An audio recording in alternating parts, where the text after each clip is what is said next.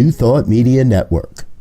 We are a global broadcast network of positive music, media, and entertainment, inspiring humanity's evolution along the journey of enlightenment and creating a world of love, peace, empowerment, and prosperity for all. New Thought Media Network. Positively inspiring.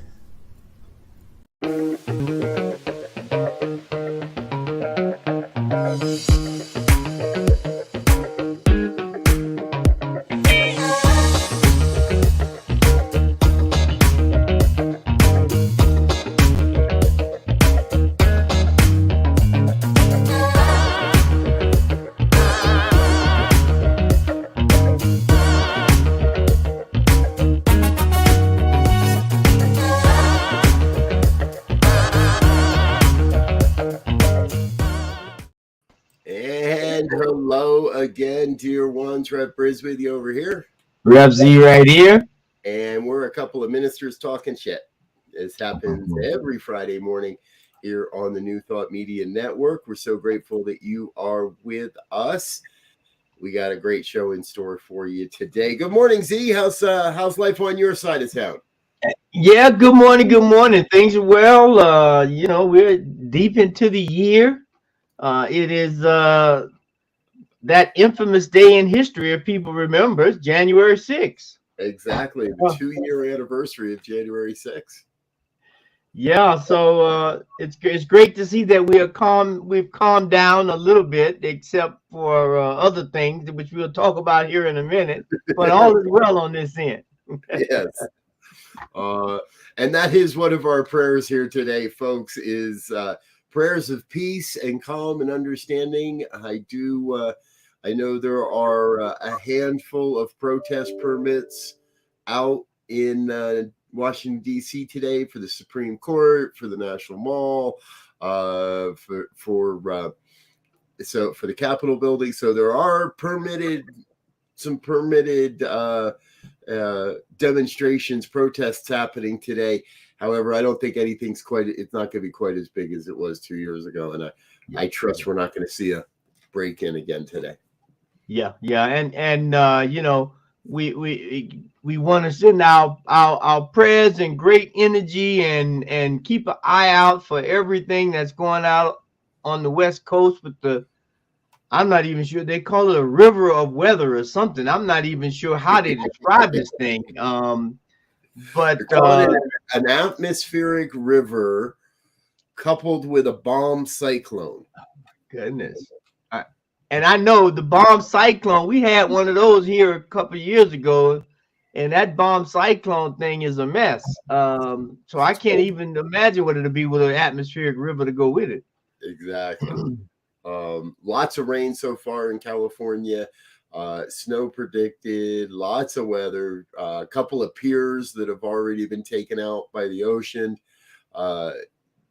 Video and news and coverage is starting to come in from this. And so for everyone, it's almost as if everywhere above Southern California is rain right now. Like the whole state of California is seeing rain, except for some of the most southern regions. So California friends, stay warm, stay dry, stay safe, stay indoors. And I trust you have what you're going to need to ride this out. And that's our prayer as well. Prayer for the East Coast of peace, prayer for the West Coast of dry weather. Yes. Yeah, and there was a song once that said it never rains in Southern California. Well, that may hold true, but the rest of it are going to get lots of rain. Yes, exactly. And I got a feeling we'll see some pretty interesting photos and video of places seeing rain that don't see an awful lot of rain normally. Yeah. And the other thing is, with all of the fires, man, and we know about that here in Colorado with the burn scars, this mudslides and avalanche possibilities, we just pray for them. Yeah, exactly.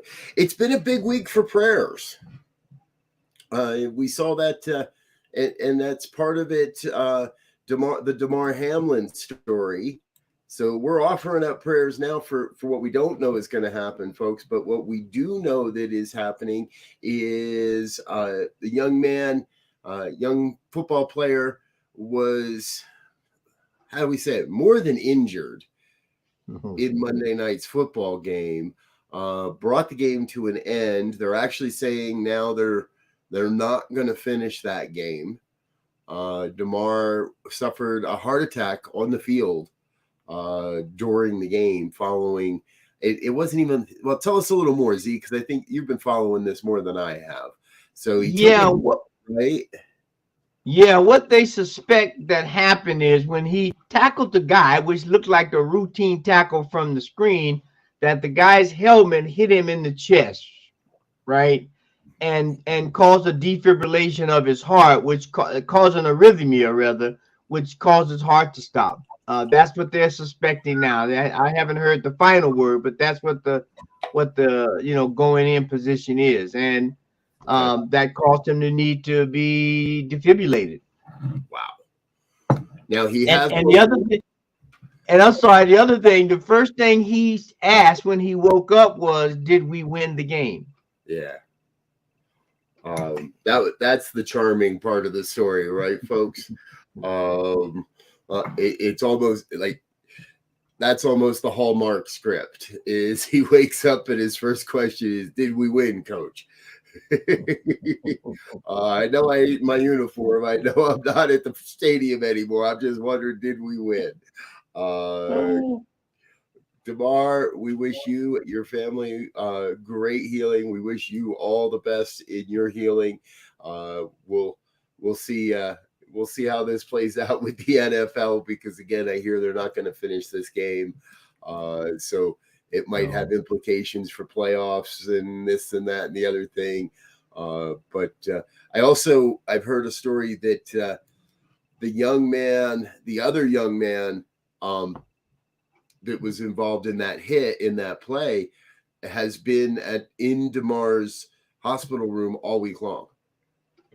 So his opponent is kind of ripped up about all this and has spent the entire week sitting at Damar's side.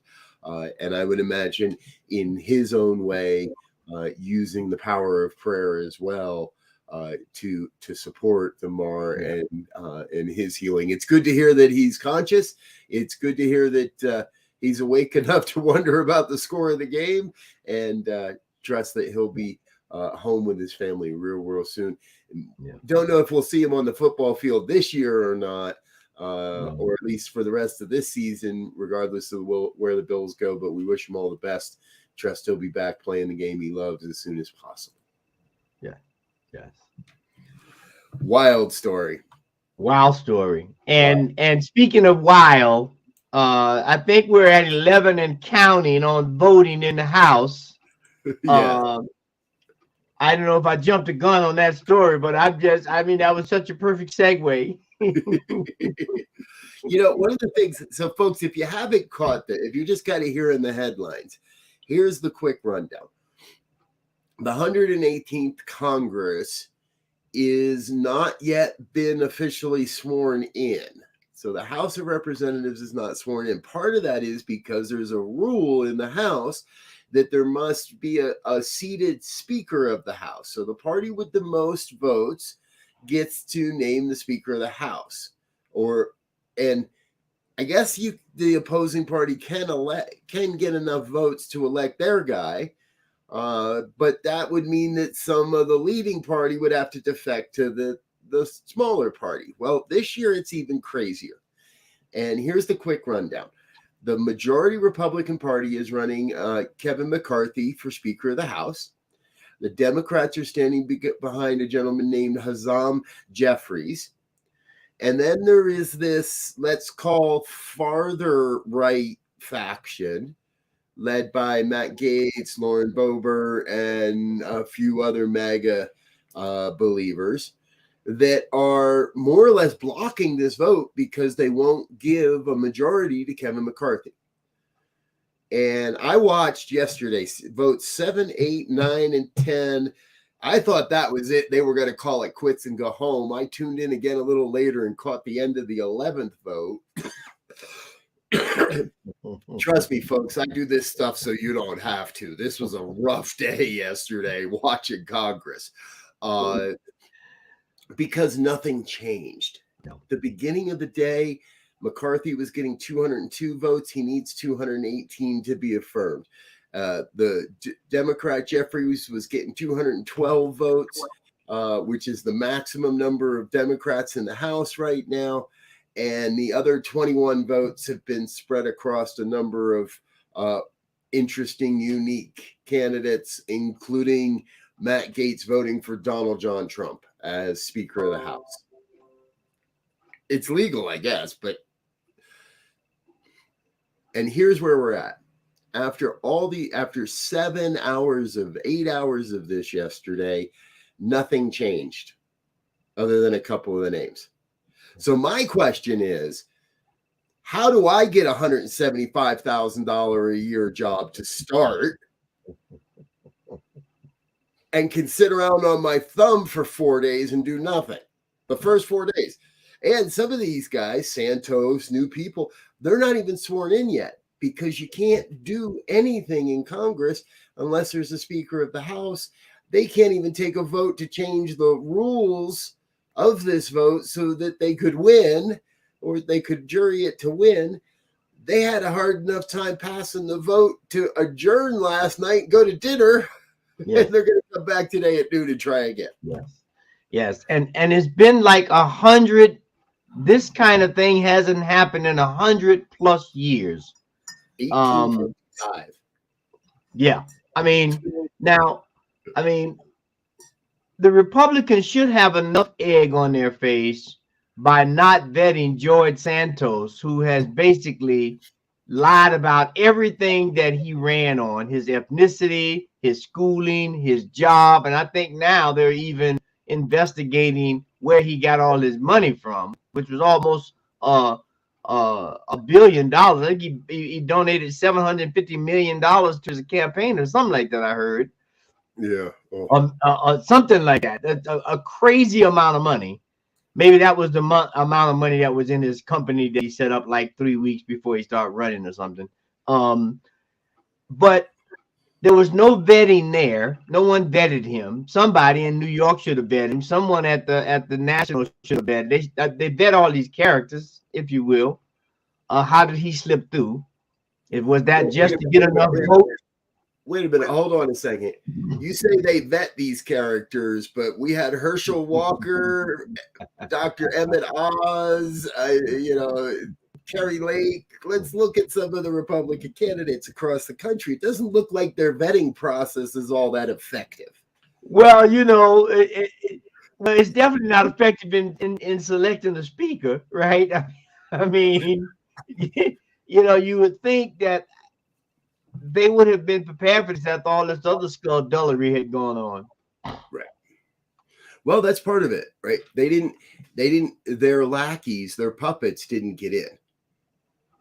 And you've got guys like Emmett Oz who would have voted along with the party, and Herschel Walker who would have voted along with the party, that those seats are now in Democratic control, or they're in control by a further right candidate. Right. Matt Gaetz made a statement this morning that basically said he will obstruct any moderate Republican candidate for Speaker of the House, and that if Congress were to elect a moderate Republican or a crossover candidate between the parties, he would resign.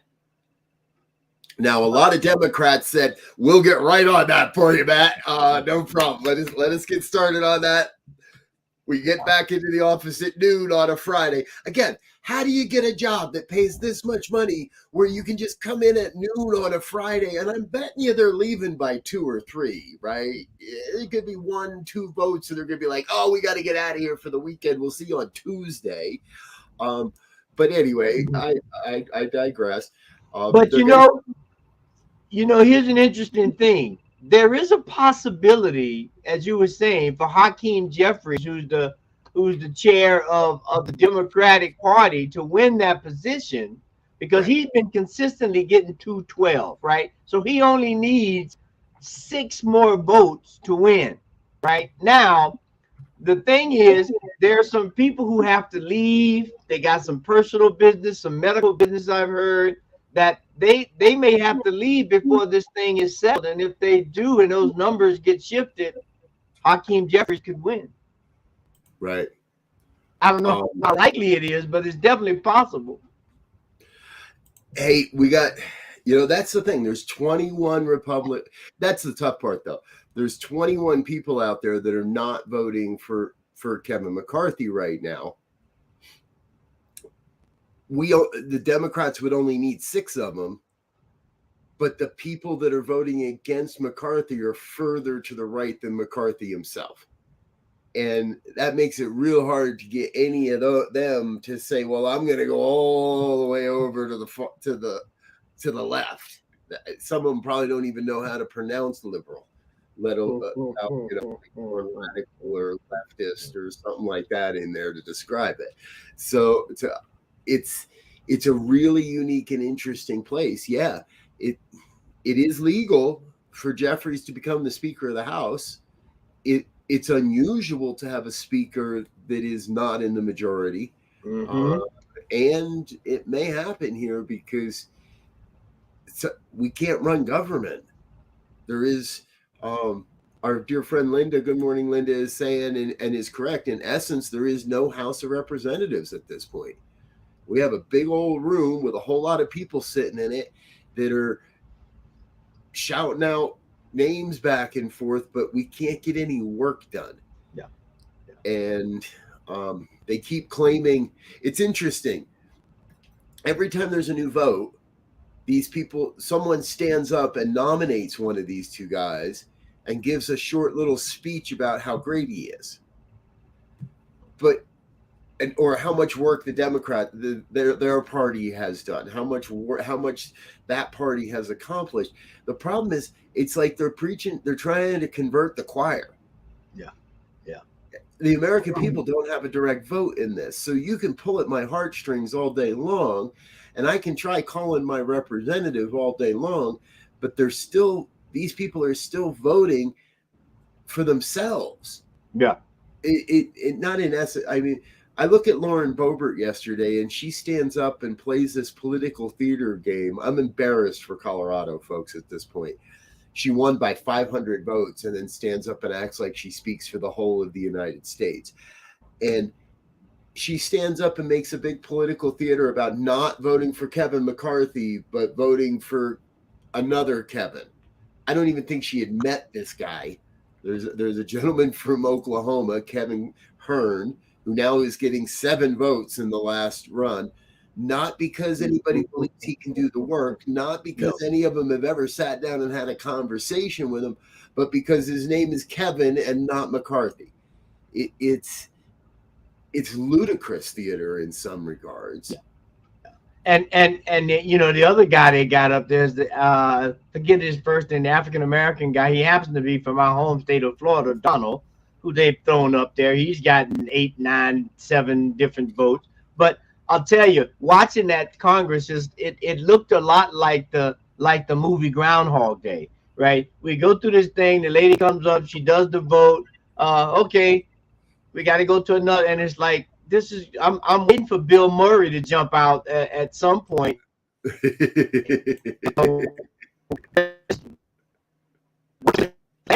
Because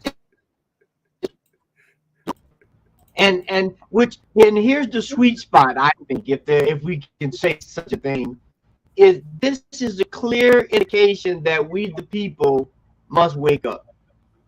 Yeah. Yes, absolutely. I'm trying to remember, how did Groundhog's Day how did it end? How did they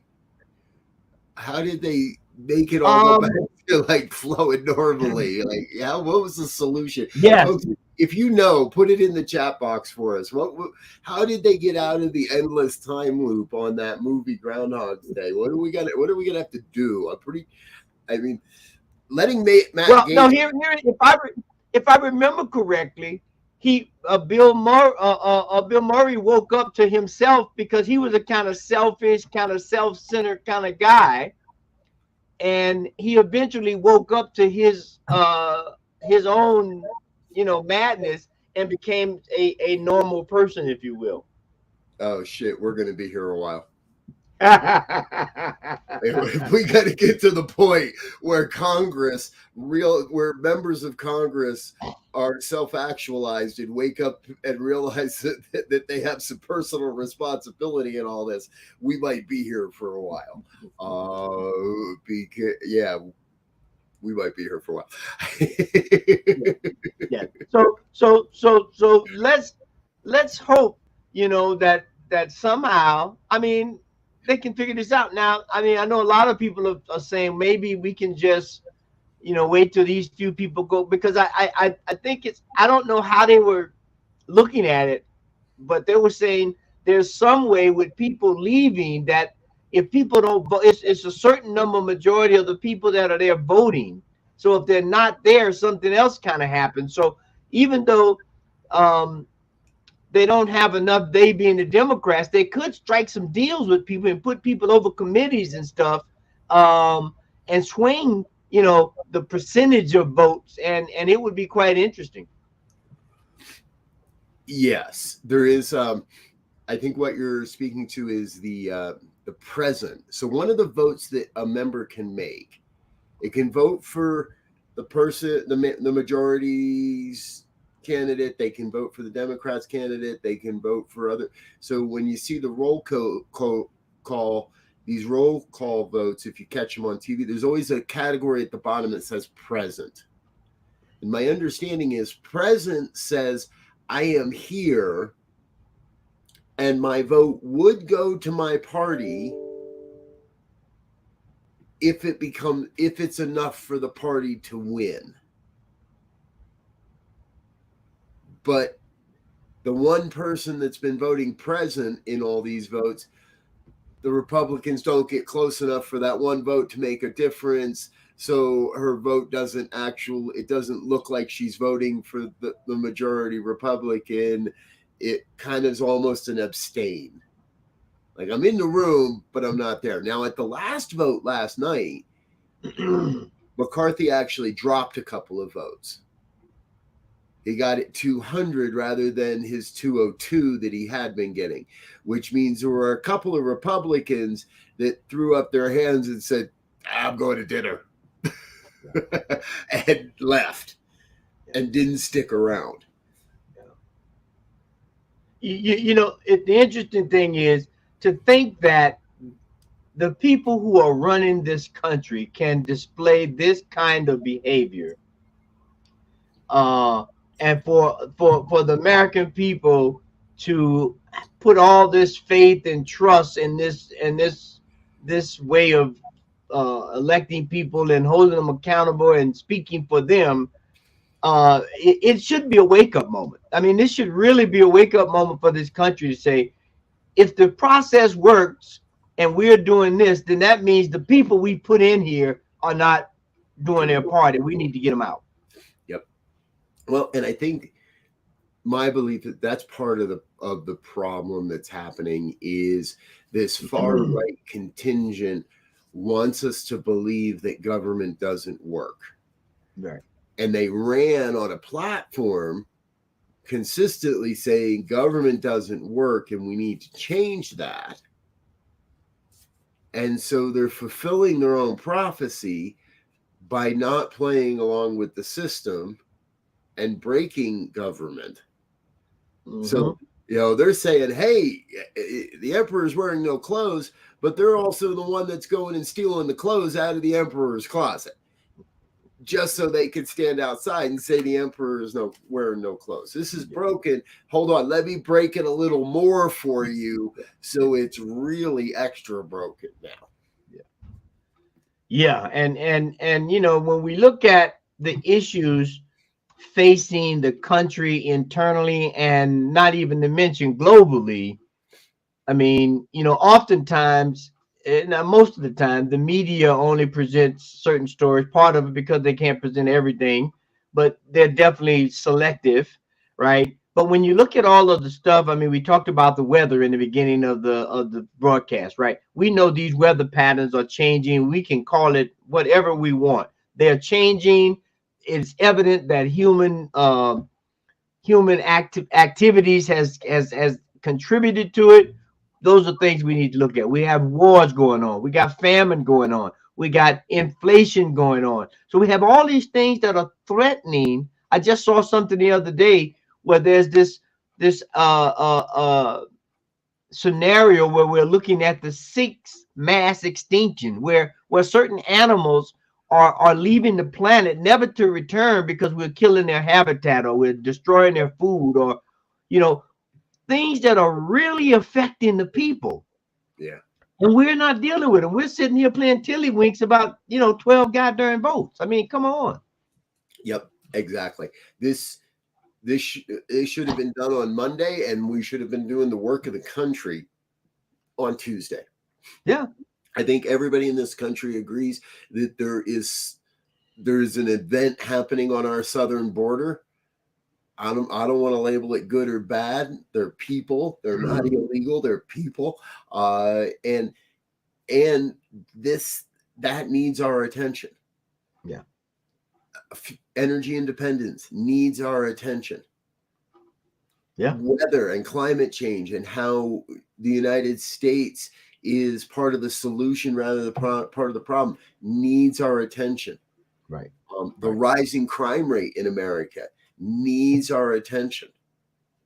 The continual incarceration of young Black men in the school to prison pipeline needs our attention. And we're sitting around playing tiddlywinks about, I don't like you because you don't think like me. Right. Again, where in the world can I get a job that pays that much money to not do my job? Yeah. For days on end. Yeah. Yeah.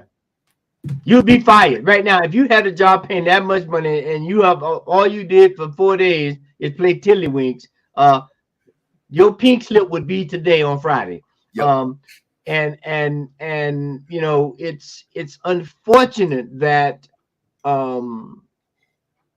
that we have allowed ourselves again to be so separated on ideology. I mean, these are ideologies. We don't even know if they work, right? I mean, it's just an idea at this point, right? So we should, I mean, there are proven ways of working together with people who have disagreements. There's proven ways of having mediation and comparing notes and coming to an agreement that everybody benefits. Now, we may not get everything we want, but everybody benefits so that we can keep moving. And right now, that's not the case. And when we looked at just 2 years ago, we had hundreds and thousands of people storming the Capitol. Now, here we are 2 years later, we can't even see the government in the Capitol. Right. Yeah. True. We have to make amends. We have to figure out how to agree and be and disagree without being disagreeable, and figure out beyond that, how do we keep things moving? How do we keep life affirming activities happening? Yeah. I love how you're saying this, because by my upbringing, by my nature, by my belief system, I'm a liberal, I'm a Democrat, and I would rather not see Kevin McCarthy in the seat of Speaker. And I get it that we can't just be the wrench in the wheel. Right. And we can't go against our beliefs. So it's important that we're standing by our beliefs. But I see people that it seems to me don't seem like they're standing by their beliefs. They appear to just be throwing wrenches. Yeah. And doesn't matter what the wrench hits, or if the wrench hits, we're just going to be obstructionists no matter what. Yeah. Yeah, and that's, I mean, we have enough natural occurring phenomenons to deal with other than this. Yeah, exactly. Folks, if you live in a district, if you live in Colorado's 3rd district, I don't. But if I did, I'd be on the phone every day. I'd be writing letters and emails and dropping phone messages every day. If you live in any of the districts of the folk, right, we're never going to fix a system by throwing it out the window. I think we all agree the system needs fixing, needs some adjustments, needs a fine tune, needs to be rebuilt in some ways. But if you own a car and you blow the engine in the car, you look first at how do I replace the engine? You don't throw away the whole car. And it would appear that the far right is on the side of let's just throw the whole thing away and have nothing, rather than spend some time and effort and investment in rebuilding what we do have. Yeah, it's like that old saying, cut off your nose to spite your face. Exactly. Hey, folks, we don't want to make it sound like there's no good news happening in the world of politics either. Now, again, we say it every week. We don't know how to, we can't guarantee we know what we're talking about or how to fix any of this stuff. We're just shooting the shit on a Friday morning trying to make sense of what's going on in the world. But there is one thing we found this week that to us makes an awful lot of sense. You may remember right around the time of the election, we reported on a sheriff in North Carolina, Joe Green. And Joe was, Jody Green. He was in some trouble for some racist remarks that he made back in October, and was forced to resign from his post as sheriff. Now, he did that before the election, but sheriff is an elected position down there, and his name was on the ballot, and it was too late to get his name off the ballot, so the community reelected him. Well, here's the good news. He was sworn in on the 29th of December. Look at that. I even have the wrong date running across our banner here today. He was reelected, sworn in on the 29th of December, and the district attorney immediately filed a petition to have him removed, and he resigned a second time. Okay. So, there's a little bit of kudos to Jody Green for saying, all right, at least he did the right thing. I'm pretty sure he knows he wouldn't have the support of his department or the community. The racist comments he made were pretty radical, were pretty heinous in my view. But and here's the thing too. Just think about the community that reelected him again after all that happened. I mean, that's a scary place to live for me. Oh yeah, for you, absolutely. Because I'm sure there were a lot of good old white boys that, damn, he finally said what we all been thinking. Check. Good old boy finally opened up, told everybody what, so yeah. Well, this is a indication that we, the people, the real people, the people who understand that no one's a clone of anyone else. We think differently. We have different responses, and we may be on totally opposite ends of a spectrum on an issue, but we have the ability, we have the language, we have the ways of working so that we make things happen for the good of all. Yep. And before we go here today, I'm going to encourage this. Work with the youth. Work with our teenagers. Because I just realized my teenager will be eligible to vote this fall. This coming November, I'll have an 18-year-old that's eligible to vote. And that kid's been brought up in New Thought from day one. second generation New Thoughter, let's say. Now, I know others out there that are third and fourth generation New Thoughters already. Let's let our voice be heard at the ballot box this year. A New Thought coalition. Yeah. And maybe we vote for Republicans and maybe we vote for Democrats. And we're not going to sit here and tell you who to vote for, but we are going to tell you that your voice has to be heard. Anyone that's remaining silent in today's political climate is only leading to the sense of division and separation.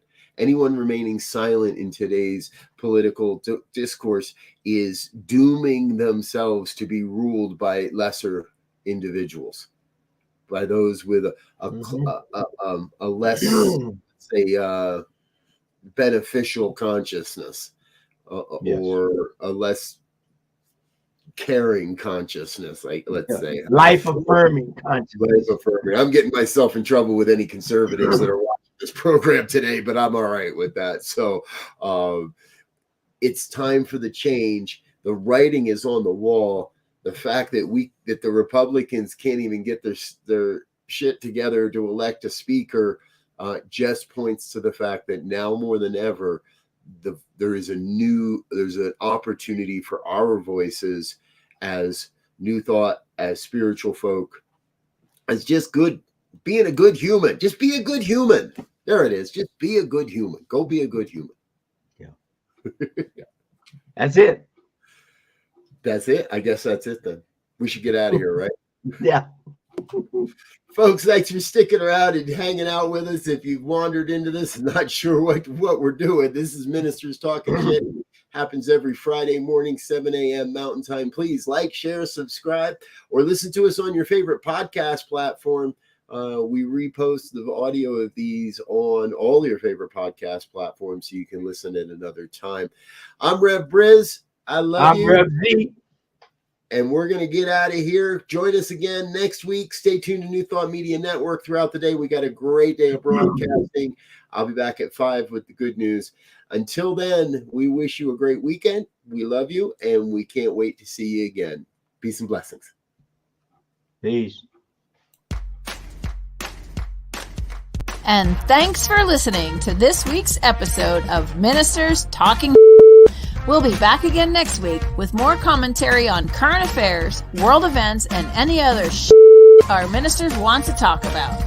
And if you found value here, please share our with your friends. Until next time, peace and blessings.